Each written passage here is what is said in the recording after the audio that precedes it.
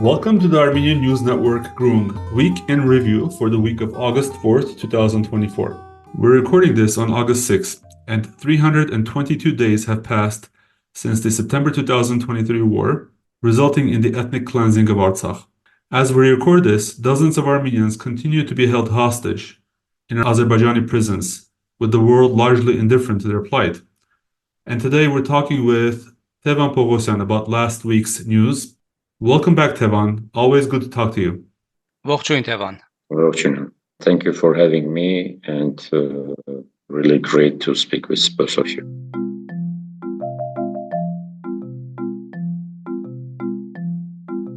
So let's begin with the standard question that we're asking our guests recently.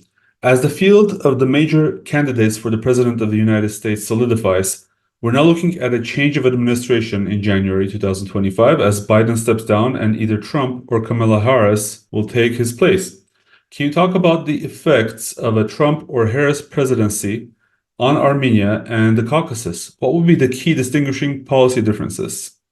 For me, there is no difference who would win in the future, the presidential race, as if it's Trump, then we still remember Trump from the 2020, when Azerbaijan initiated its aggression and occupy Artsakh Republic's half, or put it in a situation and done nothing. That's why I don't see any difference after he would be coming and saying that, oh, now I have a time, let me correct my mistakes of that time because we've been in a presidential election.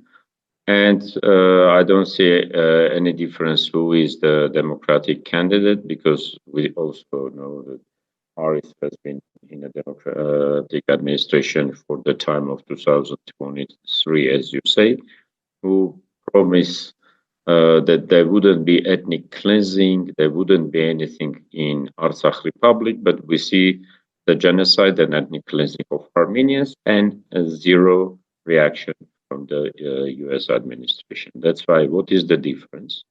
I think maybe for the world, we can have a discussion how would be Israel-Iran, I don't know, situation with Ukraine, Russia, and something else, or conflicts. But I don't see about any difference which would be really, really touching Armenia. On both of their policy, Armenia will be a loser and would be going on a losing side. The most warning situation with the American elections is the period that starting from September, beginning of September till the election day, US is kind of a not overlooking the other points, what's going on in the international relationship, and mainly busy with its internal policy, which giving a lot of freedom for such countries as Azerbaijan, Turkey, or some others to do the bad stuff or to push their policies. That's why, for me, the situation which will be leading to the because of the process and not who would won or win the elections, because we know both administrations, there is nothing pro-Armenian, be it with Trump or be it with Harris. Tevan, did Trump's preoccupation with his re-election in 2020 provide Aliyev with an opportunity to attack Artsakh? So, I do believe that US has enough power to know that Azerbaijan is going to attack. I do believe that special services of United States has enough information on day, time, second, minutes about what is Turkey would be doing, how Turkey is participating, how what will be still back in 2020 September, done nothing as a Minsk co-chairman, has a law. Then now what is different? If they know and do nothing, and this is part of their policy, or if even they got surprised because they've been busy with the presidential elections, but they again done nothing. If we will be judging, I'm not judging the maybe causes, but as a result. results of both policies are same, and it will be the same now. Tevan, turning our attention to Armenian-Iranian relations. On July 28th, the new Iranian president, Masoud Pezeshkian, was inaugurated. Pashinyan attended the events in Tehran and also met with Ayatollah Khamenei, as well as Pezeshkian. Tehran reiterated its red lines regarding corridors through Armenia and encroachments on its territory by Azerbaijan and Turkey. As much as this might sound like support to Pashinyan, is this a warning to Armenia as well as to Azerbaijan and Turkey, and in what way? I think in reality, Nikol Pashinyan is now trying to show that he is really fully controlling situation in Armenia. That's why any invitation, any possibilities to travel abroad or to drive bicycle is much more preferable for him to show that he's doing something and he's in control of the whole his governance positions. Definitely, if we will be in a situation when Armenia-Iran relationship has a very importance and Armenia is trying to develop much deeper relationship with its neighbor whose natural interests are coinciding with us as on the regional various rivalries like Iran and Azerbaijan our enemy. That's why it's really naturally okay for us to be great with Iran and so on. I would like to go with a primitive or much deeper situations, but in reality, this was an opportunity for him to be there. But the most important that Iranian leadership, specifically this time their holy leadership, restated one more time that we don't think that any corridor policy are in the interest of Armenia. And this is message for two maybe sides. First, for the international community, and second, for Pashinyan policy. And it's statement not about Armenia, it's statement about Iran interest. That Iran is not going to allow that the way how US dreaming, because O'Brien, and this is also related to your first question, when the assistant of state secretary is saying that openly already in an open text, not any diplomatic way, that we see Armenia is ready to shift from Russia and we're supporting it.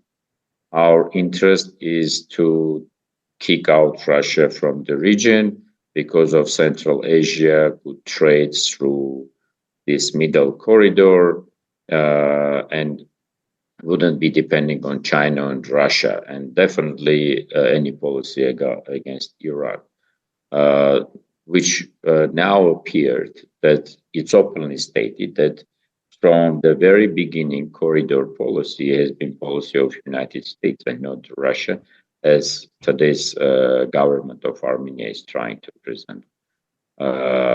That's why if you'll see, there is no any reaction after that from any Minister of Foreign Affairs or any other Armenian officials about this, because they are not even in a position to contradict or to say anything that, no, it's not US policy or something.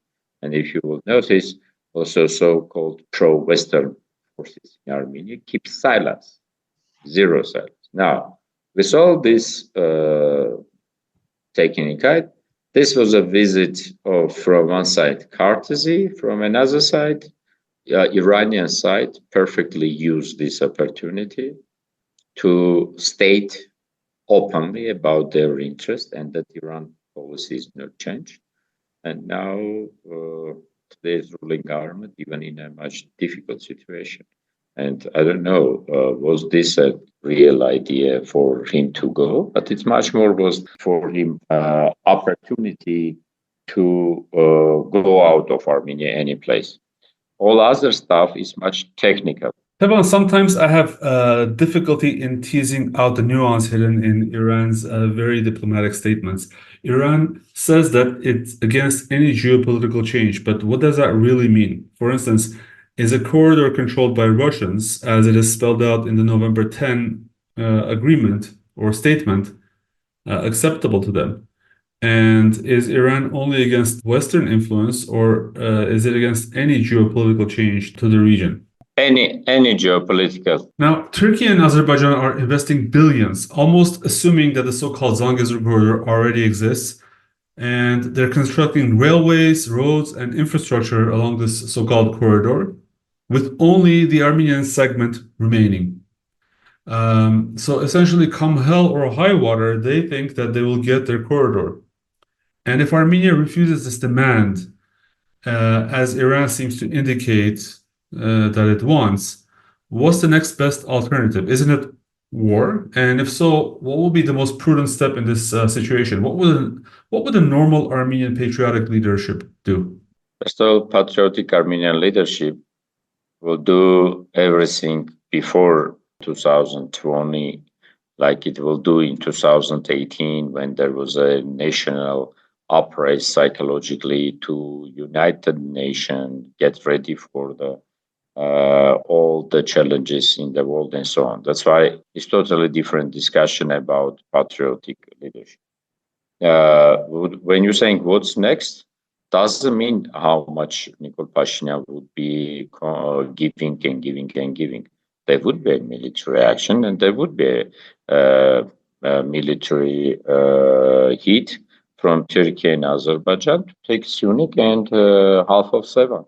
Guys, why you considering that Aliyev is whatever he's saying is just a war? Aliyev stopped to make statements for internal use long time ago.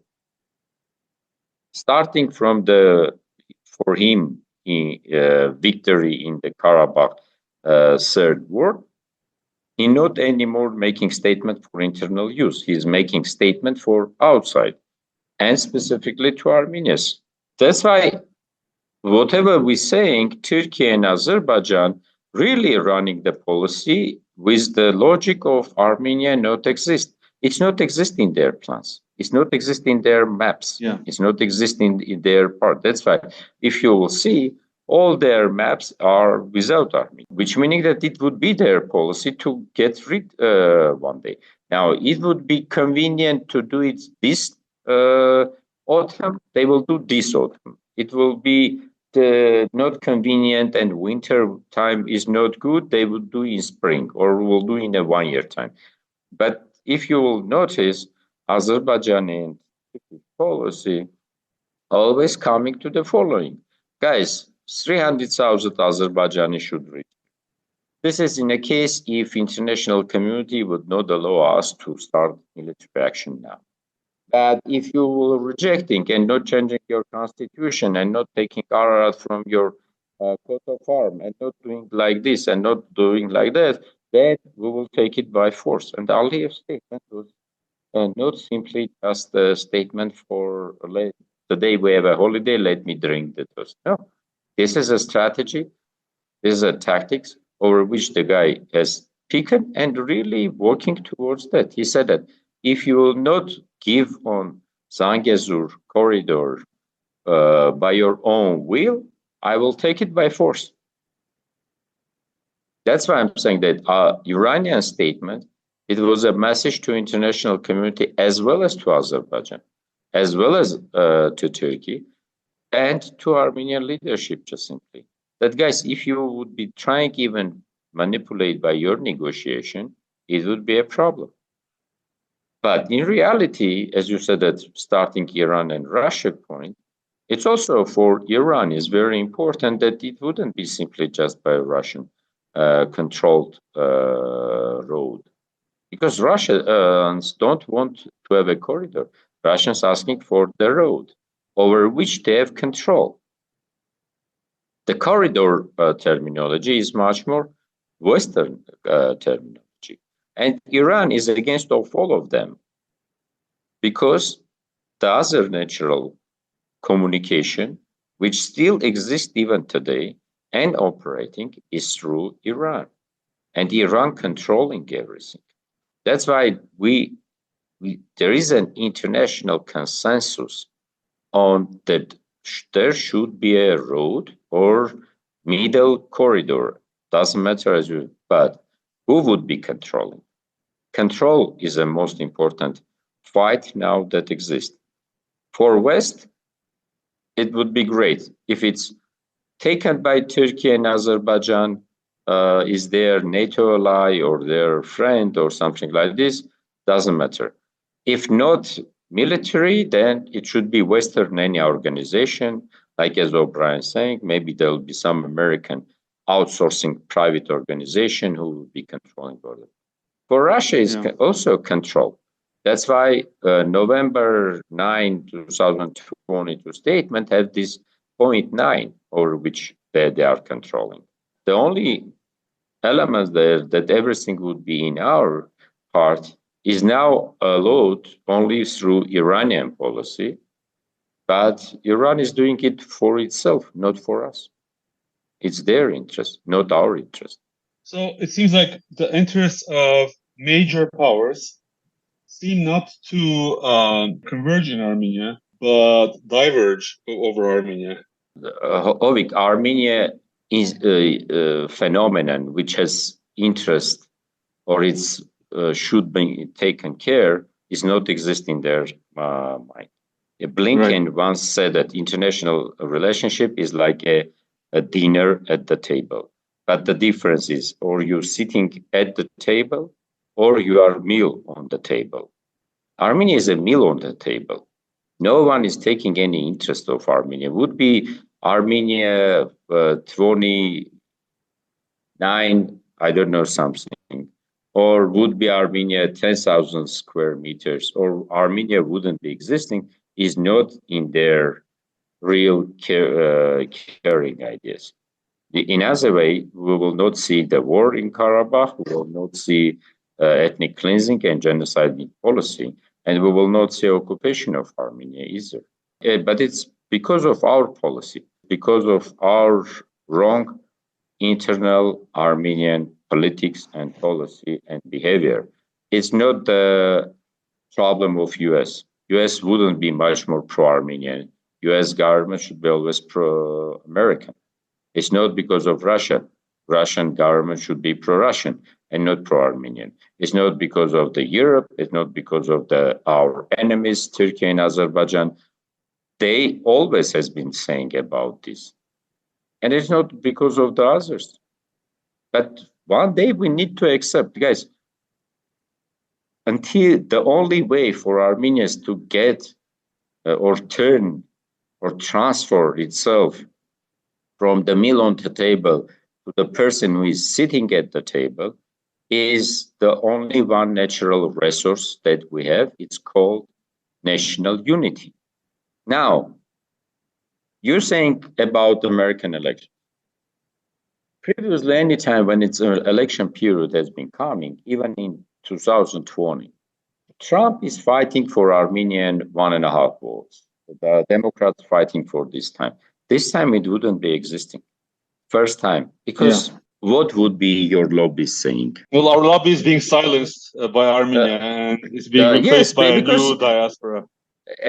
No, not only the new diaspora. The problem is in Yerevan. Whatever they would be saying, they would say that Yerevan is telling us totally different policies. That's why, guy, if you coming and saying, as a US citizen, I have a natural interest because of my homeland, Trump or Democrat or anyone else would be saying that, guys, your homeland, saying they are not interested in you. That's why, tell me what you need. Social care, pension, health, something like this, and then you forgetting about your national importance of your groups. You just dissolved in the local American policy needs. And on that regard, guys, sorry, you are 1.5 million very small votes who no one would be caring.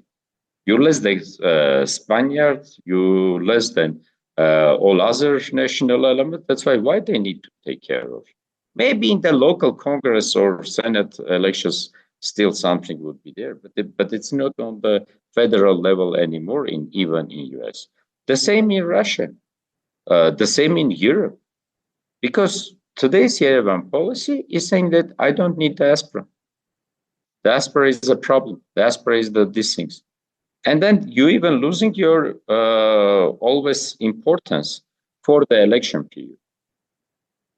That's why when you're saying that what is the real challenge for me during the elections, I'm saying, unfortunately, first time is just simply the processes that is natural for US, that during that last 3 months, US is much more busy with its internal policy than international. And that's why all the other guys who is wishing to do some politics, they will be paying what would be the reaction of US. Yes, definitely there will be some maybe statements like, oh, we are so sorry that all Armenians left Karabakh, blah, blah, blah. Or some other power would fly one more time, come to do Jengalov huts, and so that this was the most important element.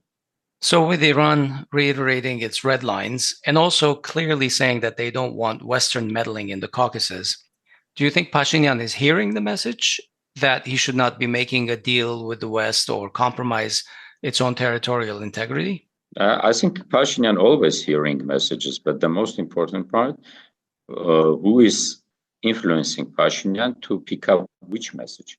I think he's also hearing what Russian has been saying. He's also hearing what Americans saying. He's also hearing what the others saying.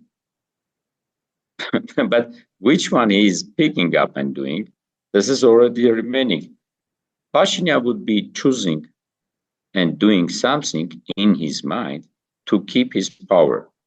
Now, if he will be considering that, no, I need to sign any deal, even by the price of losing half Armenia, but keeping my chair, he will do it.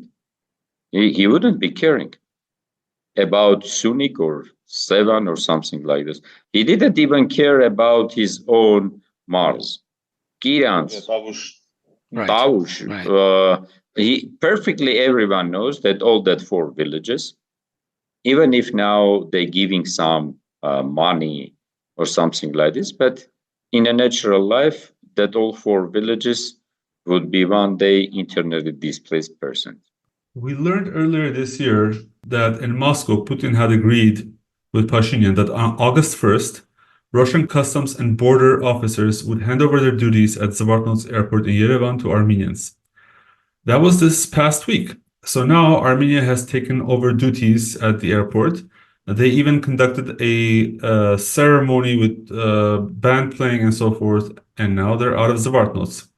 Russia at the time had warned that Armenia is risking irreparable damage to relations if they continued on this path. So my question is the control of customs and border at Zvartnots so important as to irreparably damage relations between Russia and Armenia?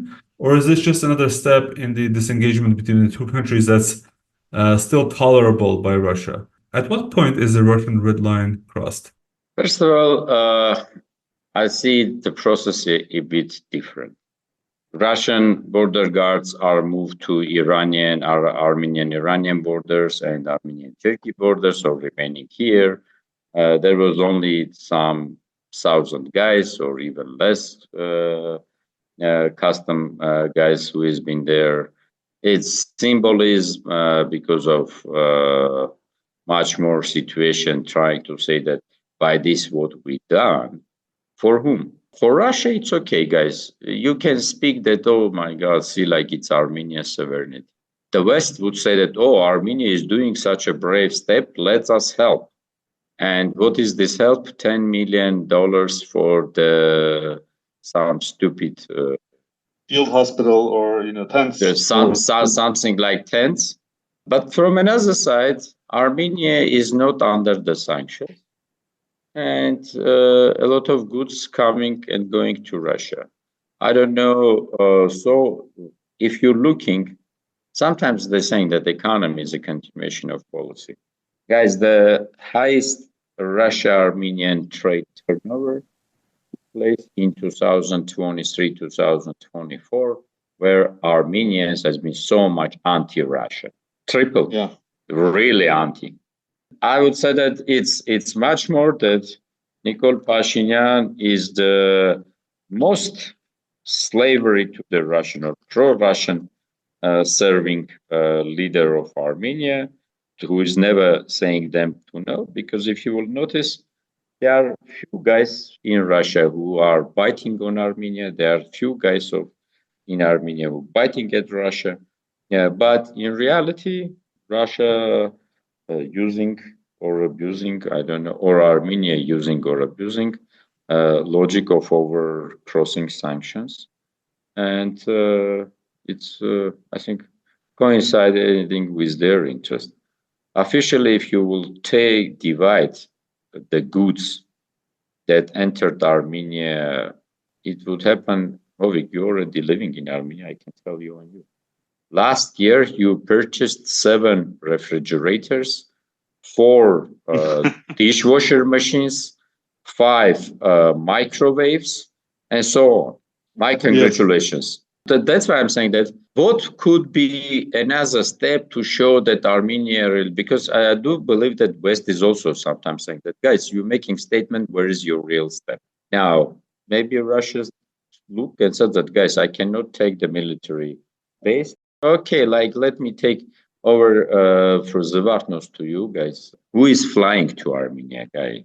Some tourists. What is dependent on Armenia? Nothing. That's why then what is to having a super role control of Zvartnos element? And that's why something that should happen as a step, real step, shows that this was maybe the orchestrated step to show. That's why, as you said, that there was this musical, theater, guys are hating each other in media, using the most harsh vocabulary of assessing, I don't know, the Secretary of National Security institution saying that it's Russia who sold the Karabakh or something like this.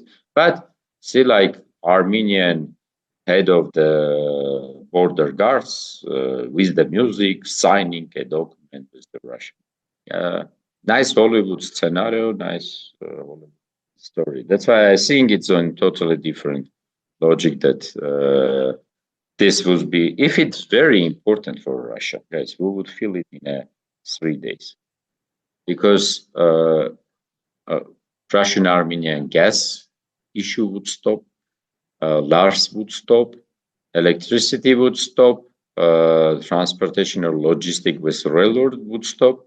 In 3 days, Armenian economy would collapse in 1 minute. What you're talking? If nothing is there, it's meaning that it's acceptable for fluctuation. It's an acceptable space for playing the game. That's all. And so, given all this, U.S. diplomats have very clearly said recently that the goal of the U.S. is to knock Armenia out of Russia's orbit.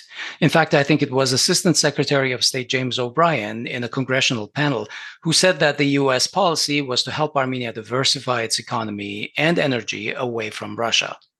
Yet around the same time, Armenia announced a new loan of $200 million from the Eurasian Fund for Stabilization and Development, with an additional $190 million in co-financing from the Armenian government for construction of a tunnel in Kajaran.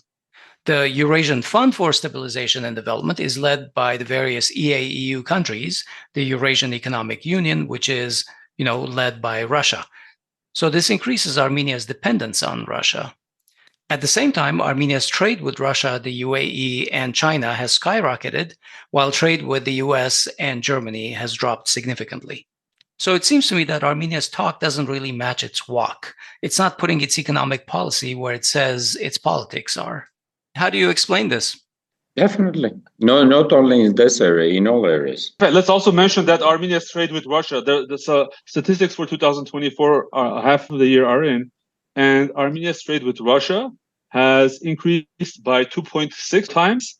Same with similar margins with UAE, and China trade has also skyrocketed. Meanwhile, trade with USA and Germany has actually dropped from previous years. So how do we explain this? Guys, again, I'm saying that I see the story from the different angle. Do you believe that Russia is a democratic country where democratic values respected or something? Now, we have a Asbed who has been saying bad stuff about Russia, but his father has a business making an asphalt in Russia. And nothing is happening. Russian tax authority are not punishing the guys or something. Gurgen Arsenyan has been saying so many bad stuff about Russia. But today he is resigned for being member of parliament, and everyone knows that he will go as an ambassador of Armenia to Russia, which meaning Russia agreed or provided an agreement. It just makes no sense. It's a making sense to the point that Pashinyan saying, I will fulfill Russia your interest because you need a trade stuff, good and blah, blah, blah. I would be saying anti-Russian stuff, telling to the West that, guys, I'm so pro-Western, but not put the sanctions on me. And Russia utilize my road, utilize us for your goods and stuff. He's trying to sit on the two chairs. It's a totally different story. When the West maybe say that, oh, Pashinyan, it's enough to cheat us. Or maybe also where the Russians would say that, guys, you cheated too much, even to us also. But he's now trying to play the game on both sides for keeping up his inner power. That's all. That's why he's accepting everything which is coming from the West. Give up on Karabakh. Oh, no problem. I give up. Forget about saying Artsakh. Okay, go and speak with Turks much better. Okay, show something anti-Russian. Oh, I cannot say that, Putin is a bad guy and I would never visit Russia because it's very important. But, how about Belarus? Is it okay if I will tell that Lukashenko is a bad guy and I will never visit Belarus? Okay, no problem. Let me make the statement. He's not caring about Armenians in Belarus. See? But there is a community. And if tomorrow, because of his need to keep up his chair, would be much higher in a way that he would say that I'm not caring about any Armenians living in US, he would make the statement also. Again, I'm saying that the real interest of his is not about Armenia. When you're trying to judge his policies or stuff that he's doing, you're trying to take it through your cultural prism. And your cultural prism is the following. How could be the statement or the head of the country not thinking about country? It's not about him. The story is not there. That's why he's not caring about Armenia. It's not pro-Armenian policy. It's pro-chair policy, pro being there. That's all. Tevan, Armenia's exports to Russia have quadrupled. A huge part of that is actually the re-export economy. Yes, much definitely. of which is going to Russia. And it no, that's wrong. It's for my refrigerators, Asbed. You forget. Okay, I'm sorry. So the top export target is Hovik and then Russia, of course. But a lot of that money, the revenue, is lining the pockets of oligarchs in Armenia, primarily oligarchs like Sukyasyan, who are actually pro-government. Do these oligarchs have a lot of say in Armenian policy as to how Pashinyan is conducting this policy? No, Pashinyan controlling fully the how you call it, low agencies. And if he would need, he would next day Sukyasyan would be in jail the same way as like that's why no problem. They're just trying to keep up their funding possibilities to be in the road because he is fully controlling police, the state prosecutor office, and that's all. That's why I think that there is no untouchable guy in Armenia anymore. Just the only way how they playing that until chef, boss, see, I'm with you, I'm not going against you. They are keeping up these opportunities. Unfortunately, it's also sometimes even, I would say, that to reach to the level of cultural point, because oligarchs has been behaving in the same way with Levon Terpetros, with Robert Kocharian, with Sir Sarkisyan, and now with Nikol Pashinyan. Anyone, when any oligarch trying to say, I have a principles, I have a values, I have something, they've been punished. In episode 345 of our podcast a few weeks ago, we discussed the results of a recent poll released in July. The poll revealed significant support, some would say an irrational amount of support, for Armenia joining the EU. This despite all we've said so far on Armenia's economic reliance on Russia, which is skyrocketing. An alternative to this model is to leverage the country's unique position as a bridge between East and West in order to drive its development and growth. In any case, I wanted to ask, how serious is the Armenian government about joining the EU?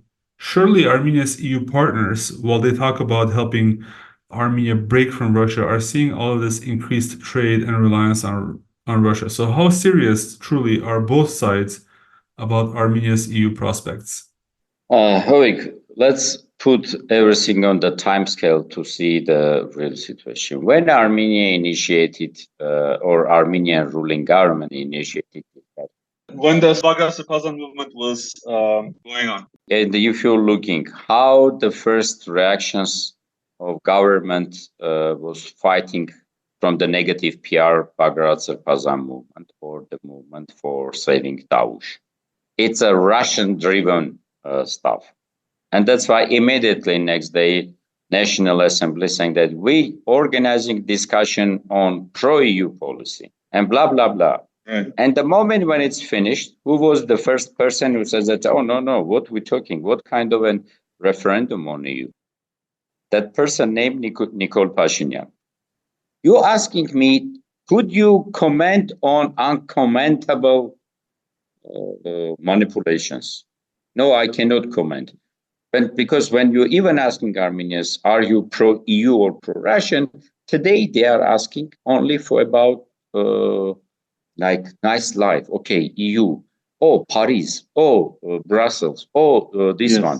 Okay, it is. Russia. Oh, no, Russia is fighting with Ukraine. Russia is betrayal. So blah, blah. Russia is a hard worker.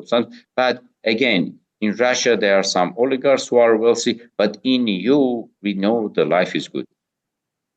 When people are saying that we would like to join European Union, are they really know what they're talking?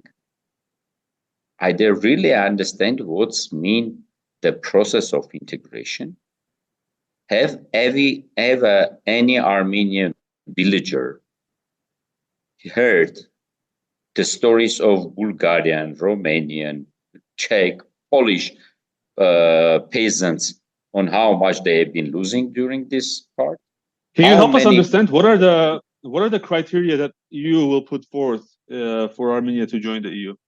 The similar. It will be standard. The whole Armenian economy will stop because no products produced in Armenia would be okay for the EU market. Well, I mean, they're talking about raising the standards and so forth gradually. Oh my God. And of course, that's the 10-year process which Armenia would have to go through before EU candidacy can come along. I mean, these things take a very long time. Asbed, you're speaking like a really American guy, 10 years. For Armenia, it will be another 30 years. Come on. Okay. You're speaking about Armenians to take a standard, but because we are reading the law to the point of let us find how we can cheat. Standard and everything wouldn't be so much easy for Armenia. It will make everything is much more expensive than it's possible. And finally, the market. Now, let me go. As you know, I'm producing wine. Okay, I've been doing with my mouth. That's why winemaking become an interesting field for me. I'm seeing Samantha Power arrive Armenia. And here in the public TV, she's been discussing, and this famous anchor, I don't want even to give his name, in H1 asking him her question. I think Nikol referred him as Natashka in the past, so we can use Natashka. Maybe. I'm not even. asking Madame Power how she can help or how US could help Armenians for much more integrating with American companies. And she said that, oh, now we have a big program to support winemakers to get to US market, blah, blah. Something like this. And then what is really they would be doing to help? Raising standards or what to do? Taking it cheap, opening up the market in US? Would USAID be calling to all US supermarkets and say that please take the Armenian wines as they once done with the Georgians? Now, once they done it for Georgians, great. Now, my question is following. Which is the biggest country for Georgian wine? Russian Federation. Yeah. EU and US has been opened up their doors and everything for Georgian integration for so long. And again, the Georgian wine, biggest portion exporting to the Russian Federation. Now, Armenian wine also exporting to the Russian Federation. But there is a 3, 4, 5, 10, I don't know, years is already a lot of USAID projects are there and nothing is developing because that standards or that integrations or possibilities for the opening markets is not simple. It would be great, but I do believe that there are a lot of great Armenian wines. On that, they really help. On that, they're really locally done, which are produced. But the American market is a different logic. We have a high quality of wine, but it's not our American market. Legal approaches are different. USAID should change something in US, not in Armenia, for this could be working properly. They done a really good stuff here. I truly believe I've seen how they've been much helping on this part. But again, it's not about opening up the market. Yeah, and I completely agree with you that the Georgian wines are certainly mostly going to Russia, and they have a direct route to the EU. It's just across the Black Sea for them, unlike us, where there's a lot of logistics and politics involved in getting any product anywhere, including Russia. That's why I'm saying that it's nice wording. It's not only Armenians talk and walk, not coinciding with each other. And it's natural. We need to learn that all countries has its own interest and doing that. That's why I am out of the all statements. I'm not saying, oh, I am offended or it's not good. No, I'm learning. Again, I'm saying that the same way USAID done a great job to help Armenia on improving the quality of Armenian wine and so many other stuff. But guys, markets doors are not open simply because I wish. Geography has its own issues. Market preferences, which is locally there. That's why USAID should start much more marketing projects in US, not in Armenia. Talking about, there are great Armenian wines, guys. Everyone drink Armenian wines. Maybe after that would work, but not do the project in Armenia. Whatever they've done in Armenia, it has been great for Armenian quality of the wine here in our market, but it's not helping us to get to US. We're again going to Russia. Even as Georgia, whatever you have done, it's all went to the Russian market. But that's why I'm saying that. So it's already time for us much more try to check our policies, check our real life or situations from the result, not for the statement. Nikol Pashinyan every day doing one statement, which are contradicting during a day 4, 5 statement. It's not possible to comment and control. You never know what is there. But I know one thing, whatever is they're trying to do, it's to keep up his chair. And that's why don't amazed that so many anti-Russian statements exist, but results showing that back in 2022, it has been 2 billion turnover, 2023, 2024, 7 billion turnover of Armenian-Russian trade. How that could be explained with if this is the way, then that's all the Armenian presidents will be making all anti-Russia statements. Turnover will increase. Maybe next day we need to do anti-European statements. Maybe turnover would increase, because if you're doing pro-European statements, trade is decreasing. With a few weeks left in the role of Toivo Klar as EU representative to the South Caucasus, he has been in the news just in the past week. And this week, he urged Armenia and Azerbaijan to have the political will to strike up an agreement in a very short order. He also raised the issue of the prisoners of war in Baku that need to be dealt with, as well as the right of return of the Karabakh Armenians. Meanwhile, Azerbaijan is trying to transform that discussion into, quote, all refugees are equal, and also the refugees from the first war should be allowed to return in parallel with Artsaksis.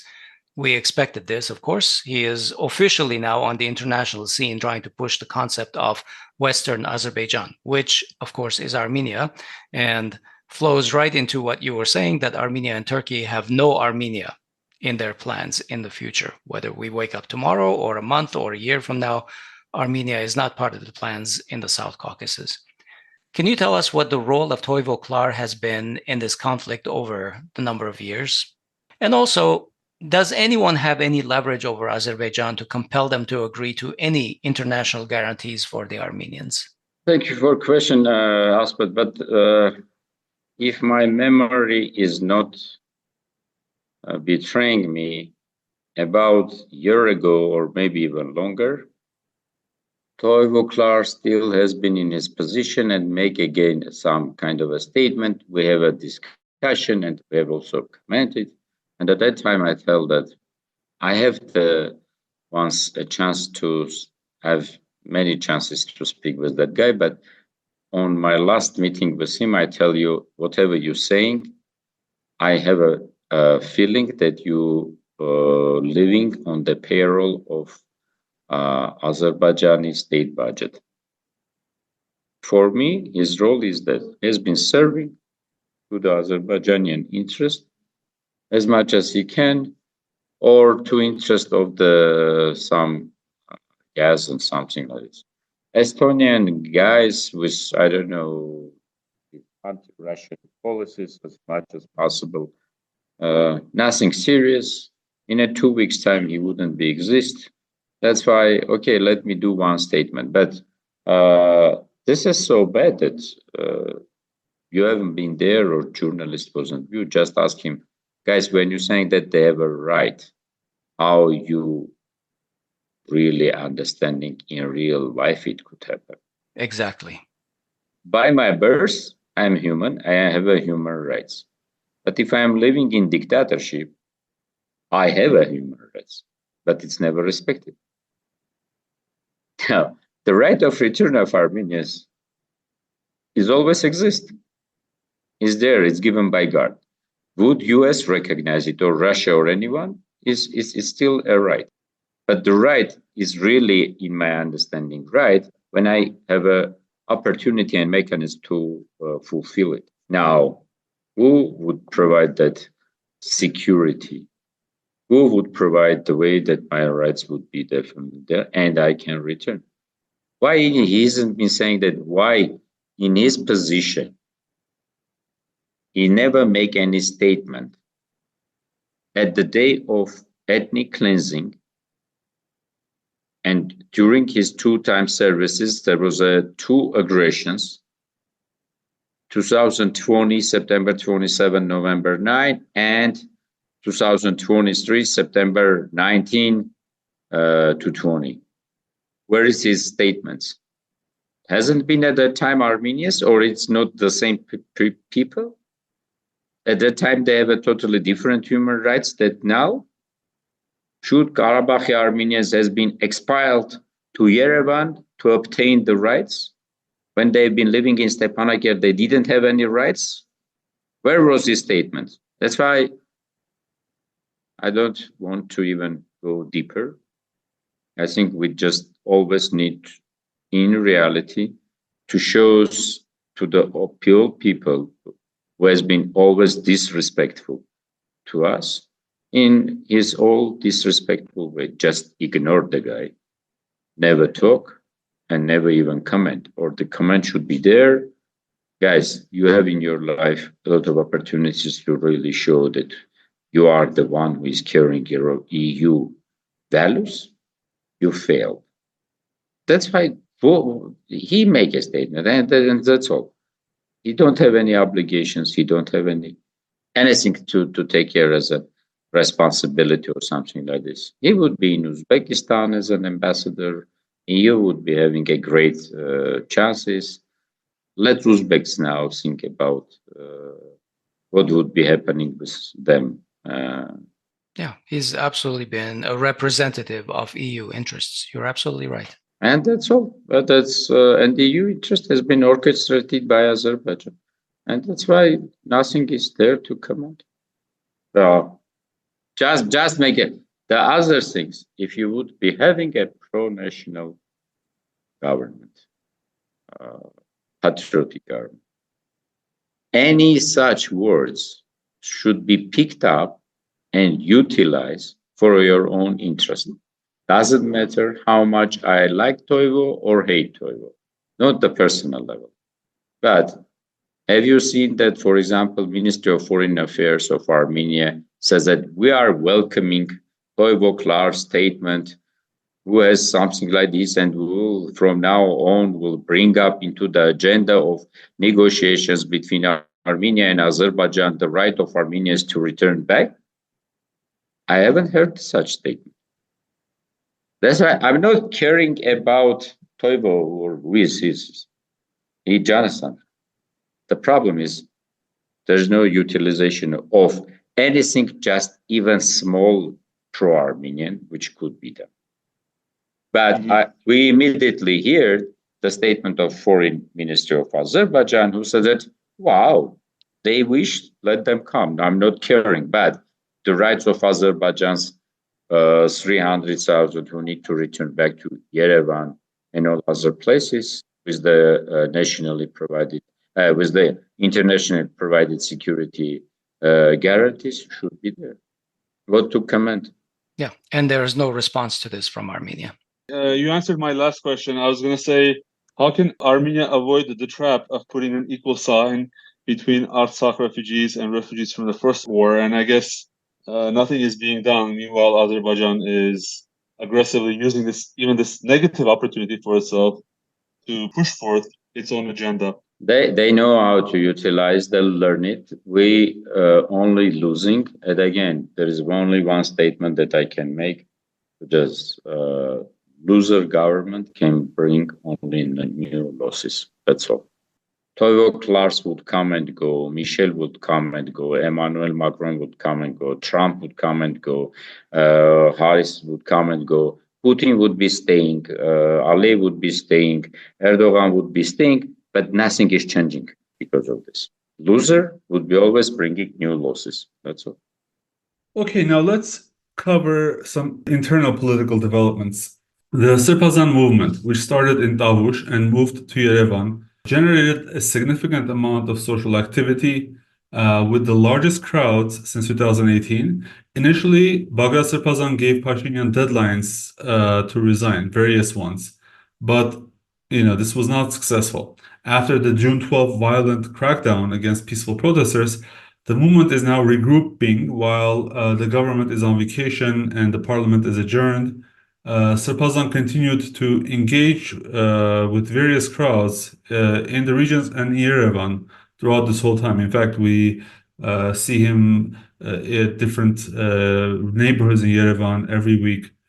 Why hasn't the movement succeeded so far? Are there any lessons learned or advice you can give to the organizers? What is missing from the formula for success here? I think time, because I think I'm really understanding Srbazan movement from the value and national recovery revival side, and it's it would take a time until people would really understand, become honest, become pro-Armenian, become understanding that unity would be helping, and we need to take care of each other. If someone would take Bagrat-Srbazan movement as a political movement, like we're trying to compare whatever has been in 2021, 2022 with whatever is doing Bagrat, it's totally different. At the end, they would help each other. Each of them is adding another drop. But I really like Bagrat-Srbazan movement because it's about values. Because it's really giving us who we are, giving us, we every day learning from him about million stories about our belief, a real understanding. We're hearing about the honesty. We're seeing how he personally could make a statement so that I heard something, but I am not pushing it because it's not checked. And next day, whenever he's checking, he openly can express apology because of this.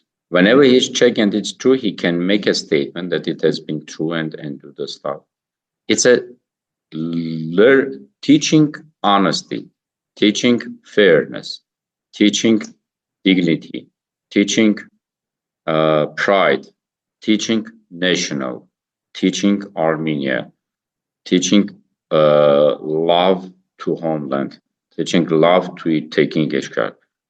Unfortunately, he is in a hybrid war that the ruling government propaganda machine is hitting him. International community kind of hitting him because it could not be that Western reform of police has been praised and so that it's really good. And so many other things. But whatever he's really doing is doing a great job, hard job, difficult job, but it's sometimes needed time. And unfortunately, we wishing everything today. It's problem of me, not Bagrat-Srbazan. It's problem of me that I need to sit down and say that, guys, am I honest with my own self? The way I'm looking into this movement and trying to do. But manipulation, hybrid war, traps, fake news, all this is really hitting, and he's even fighting that alone, without resources, as a real leader. And this should be praised. And I think on this regard, for example, Diaspora should help. Church should really help. See, like we even having that seeing that whatever is with Bagrat, even in our church, this government was being able to put the divisions, put the separations. One Srbazan didn't like that one, the other one didn't like this one. That's why one will go, one will not go, and blah, blah, blah. Families hating each other on this part. He's fighting hate. He's fighting all the stuff, and he's trying to bring the love. It wouldn't be possible to do it today. It wouldn't be possible to do it in 1 month, but it's all depending on how much I'm ready not to get tired and work with him. Are there any directional indicators that you could tell us? For instance, in the next 2 months before COP29, what are some things that would need to happen for you to confidently assess that the movement is going in the right direction and is building up speed? I would like that more and more people start to openly talk, because this transformation of myself that should be there.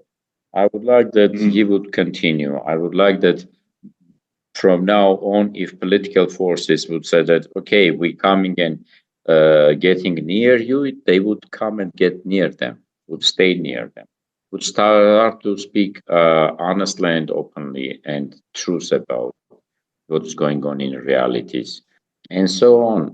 But let me say that everything would be depending not only on Armenia. Let's say that what would be happening in region. Iran, Israel, definitely it would be having its resemblances and do the stuff. September, Georgian parliamentary election. I do believe that there will be an open fight during the whole month between West and Georgian Georgians to defend their own country or their part. But it will be a really difficult situation there, and it will be a resembling of this.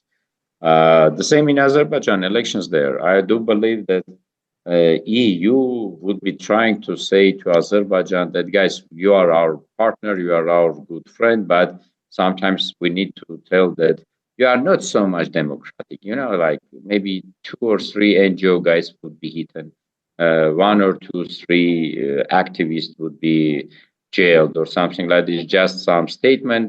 Finally, they will accept it.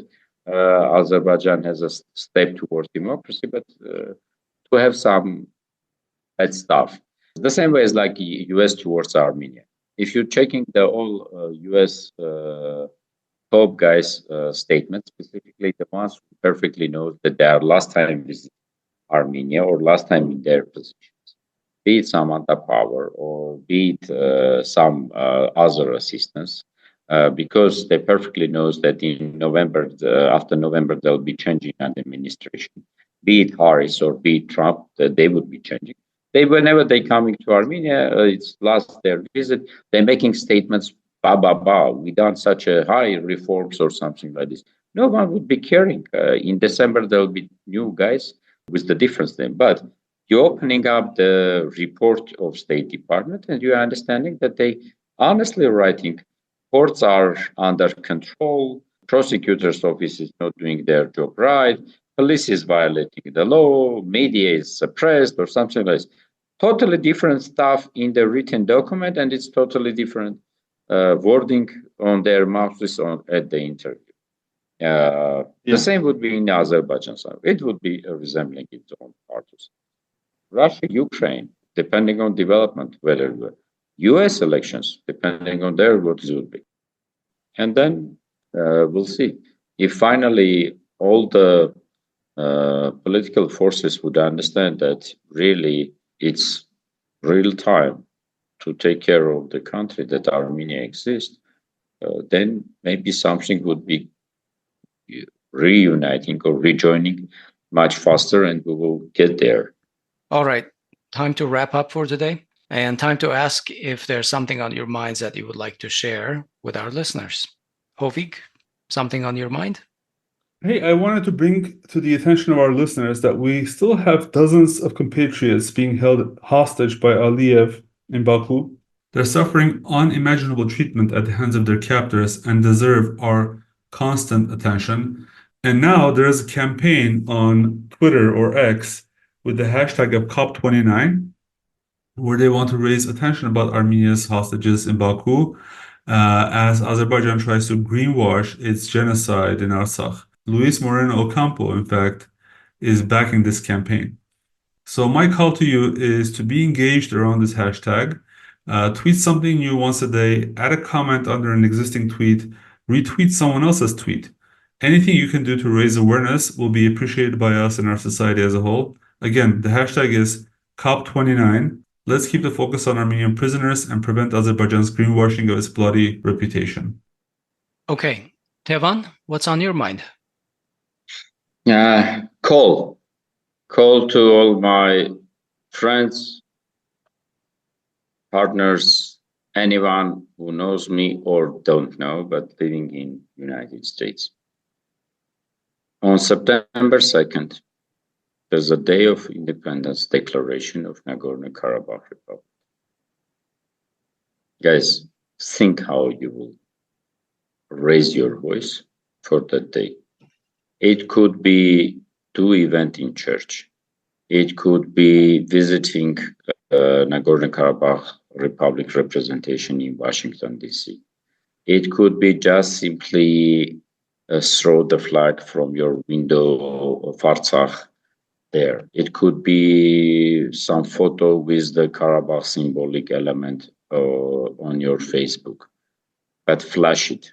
Tell to the world that September 2nd is a day of our declaration of Nagorno-Karabakh Republic, and we'll remember it, and it will our real obligation and responsibility to keep up, to taught and teach our generations on a way to get it back. In other way, we'll be losing Armenia. September 2nd. Don't forget about this day.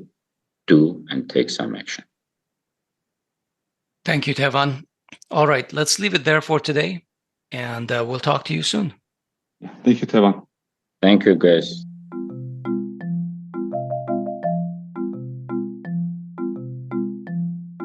That was our Week in Review show recorded on August 6, 2024. We've been talking with Tevan Poghosyan, who is the president of the International Center for Human Development.